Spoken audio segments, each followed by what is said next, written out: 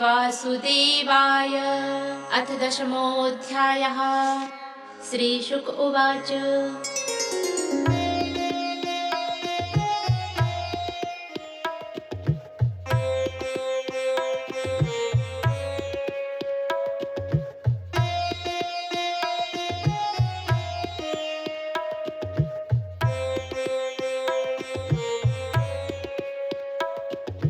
इति दानवो दैतेया नाविन्दन्नमृतं नृप। युक्ताः कर्मणि यत्ताश्च वासुदेव पराङ्मुखाः। साधयित्वामृतं राजन् आययित्वा स्वकांसुरान्। पश्यतां सर्वे भूतानां ययौ गरुडवाहनः। सपत्नानां परामृद्धिं दृष्ट्वा ते नन्दिनाः। अमृष्यमाणा उत्पेतुर्देवान् प्रत्युद्यतायुधाः। ततः सुरगणाः सर्वे सुधया पीतयैधिताः। प्रतिसंयुधु शस्त्रैः नारायणपदाश्रयाः। तत्र दैवसुरो नाम रणः परमदारुणः। रोदस्युदन्वतो राजन्स्तुमलो रोमहर्षिणः। तत्रान्योन्यं सपत्नास्ते संरब्धमनसोरणे। समासाद्यासिभिर्बाणे निजघ्नुर्विविधायुधैः। शङ्खतूर्यमृदङ्गानां भेरीडमरिणां महान्। हस्त्यस्वरथपत्तीनां नदतां निःस्वनोऽभवत्। रथनो रथिभिस्तत्र पत्तिभिः सह पत्तयः। हयाहयैरिभाश्चैभैः समसज्जन्त संयुगे। उष्ट्रैः केचिदिवैः केचिद् अपरे यूधुखरैः। केचिद् गौरमृगैर्वृक्षैर्द्वीपिभिर्हरिभिर्भटाः। ग्रध्रैः कङ्कैर्वकैरन्ये स्येनभासैस्तिमिङ्गलैः। सर्वैर्महिषैः खड्गैर्गोवृषैर्गवयारुणैः। शिवाभिराखुभिः केचित् क्रकलासैः ससैर्नरैः। वस्तैरेके कृष्णसारैर्हंसैरन्ये च सूकरैः। अन्ये जलस्थलखगैः सत्त्वैर्विकृतविग्रहैः। सेनयोरुभयोराजन् विविशुस्ते ग्रतोग्रतः। चित्रध्वजपटैराजन् नातपत्रैः सितामलैः। महाधनैर्वज्रदण्डैर्व्यजनैर्वार्हचामरैः। वातोद्धूतोत्तरोश्रीशैर्रचिर्भिर्वर्मभूषणैः। स्फुरद्भिर्विशदैः शस्त्रैः सुतरां सूर्यरश्मिभिः। देवदानववीराणां ध्वजिन्यौ पाण्डुनन्दन। रेजतुर्वीरमालाभिर्यातसां विवसागरौ। वैरोचनो बलिः सङ्ख्ये सोऽसुराणां च मोपतिः। ज्ञानं वैहायसं नाम कामगं मय निर्मितम्। सर्वसाङ्ग्रामिकोपेतं सर्वाश्चर्यमयं प्रभो। अप्रतर्क्यमनिर्देश्यं दृश्यमानमदर्शनम्। आस्थितस्तद्विमानाख्यं सर्वानेकाधिपैर्व्रतः। बालव्यजनच्छत्राग्रैः रेजे चन्द्रे इवोदये। तस्यासन् सर्वतो यानैर्यूथानां पतयो सुराः।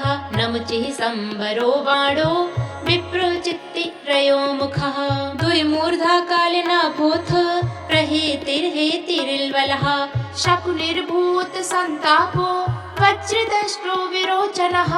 हयग्रीवः शङ्कुशिराः कपिलो मेघदुन्दुभिः। तारिकश्चक्रदृक्शुम्भो निशुम्भो जम्भो उत्कलः। अरिष्टोरिष्टनेमिश्च मयश्च त्रिपुराधिपः। अन्ये पौलोमकालेया निवातकवचादयः। अलब्धो भागाः सोमस्य केवलं क्लेशभागिनः। सर्व एते रणमुखे बहुशो निर्जितामराः। सिंहनादान् विमुञ्चन्तः शङ्खान् दध्मुर्महारवान्। दृष्ट्वा सपत्नानुत्सिक्तान् बलभित् कुपितो भ्रशम्। ऐरावतं दिक्करिणम् आरूढः सुशुभेश्वराट्। यथा श्रवत्प्रश्रवणम् उदयाद्रि महर्पतिः। तस्यासन् सर्वतो देवा नानावाहध्वजायुधाः। लोकपालाः सहगणैः वायवग्निवरुणादयः। तेन्योन्यमभिसंसृत्य क्षिपन्तो मर्मभिर्मिथः।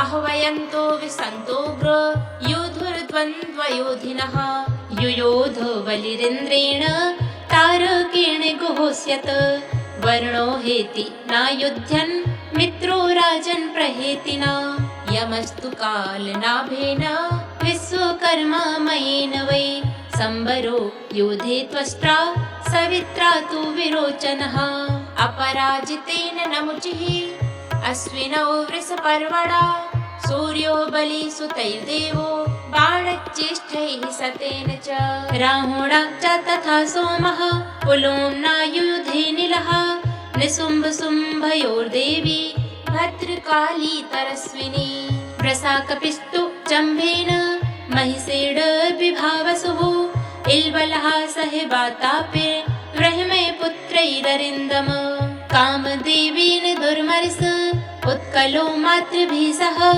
बृहस्पतिश्चोषनसा नरकेण शनैश्चरः मरुतो निवात कवचैः कालेयैर्वसवो मराः विश्वे देवास्तु पौलोमयी रुद्राः क्रोधवशैः सह त एव माजावसुराः सुरेन्द्रा द्वन्द्वेन सांहत्य च युध्यमानाः अन्योन्यमासाद्य न जघ्नुरोजसा जिगीषवस्तीक्ष्णसरासितोमरैः भुसुण्डिभिश्चक्रगदृष्टिपट्टिसैः शक्त्युल्मुखैः प्रासपरस्वधैरपि निस्त्रिंशभल्लैः परिघैः समुद्गरैः सविन्दिपालैश्च शिरांसि चिच्छिदुः गजास्तु रङ्गाः सरथाः पदातयः सारोहवाः विविधा विखण्डिताः निकृत्य बाहुरुशिरोधराङ्ग्रयश्छिन्नध्वजे श्वासतरुत्रभूषणाः तेषां पदाघाते रथाङ्गचोडिता दायुधनादुल्बण उत्थितस्तदा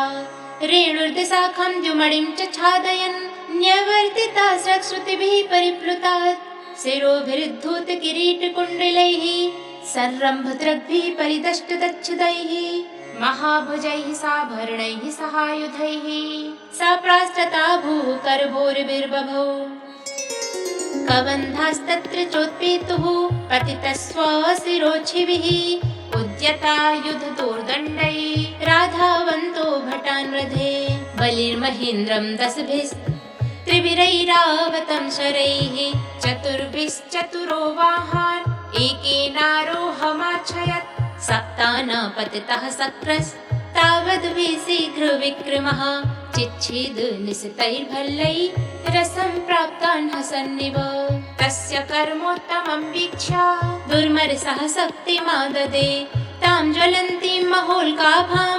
हस्तस्थामच्छिनद्धरिः ततः शूलं ततः प्रासं ततस्तोमरमृष्टयः यद्यच्छस्त्रं समादद्यात् सर्वं तच्छिनद्विभुः ससर्जाथसुरीं माया मन्तर्धानि गतोऽसुरः ततः प्रादुर्भूच्छैलः सुरानीकुपरिप्रभो ततो निपेतुस्तर्वो दह्यमानादवाग्निना शिलाः सटङ्कशिखिराश्चूर्णयन्तो दुसद्बलम् महोरगाः समुत्पेतुर्दन्दशूकाः सवृश्चिकाः सिंहव्याघ्रवराहश्च मर्दयन्तो महागजान् यातो धान्यश्च शतशः शूलहस्ता विवाससः छिन्दी भिन्दीति वादिन्यस्तथा रक्षोगणाः प्रभो ततो महाघना व्योम्नि गम्भीरपरुषस्वनाः अङ्गारान् मुमुचुर्वातैराहताः स्तन्यत्नवः सृष्टो दैत्येन सुमहान् वह्निः श्वसनो सारथिः सांवर्तक इवात्युग्रो विबुधध्वजि निमेधा ततः समुद्र उद्वेलः सर्वतः प्रत्यदृश्यत प्रचण्डवातैरुद्धूतो तरङ्गावर्तभीषणः एवं दैत्यैर्महामायैरलक्ष्य गतिभीषणैः सृज्यमानासु मायासु विसेदुः सुरसैनिकाः न तत्प्रतिविधिं यत्र विदुरिन्द्रादयो नृपो ध्यातः प्रादुरभूत्तत्र भगवान् विश्वभावनः ततः सुपर्णां सकृताङ्घ्रिपल्लवः विसङ्गवासा नवकञ्जलोचनः अदृश्यताष्टायुधबाहुरुल्लसत् श्रीकौस्तुभानर्घ्यकिरीटकुण्डलः तस्मिन् प्रविष्टे सुरकूटकर्मजा मायाविने सुरमहिना महीयसः स्वप्नो यथा हि प्रतिबोधे आगते हरिस्मृतिः सर्वविपद्विमोक्षणम् दृष्ट्वा मृते गरुणवाहमिवारिवाह आविद्य शूलमहिनो दत्तकालनेमिः तल्लीलया गरुणमूर्धनि पतद्गृहीत्वा तेनाहनन् नृपसवाहमरिन्त्यधीशः माली सुमाल्यते विलौ युधपेततुर्यत् चक्रेण कृत्य शिरसावथ माल्यवांस्तम् आहत्य तिग्मगदयाहन दण्डजेन्द्रम् तावच्छिरोच्छिनदरेर्नदतोरिणाद्यः। जय जय श्रीमद्भागवते महापुराणे पारमहंस्यां संहितायामष्टमस्कन्धे देवासुरसङ्ग्रामे दशमोऽध्यायः।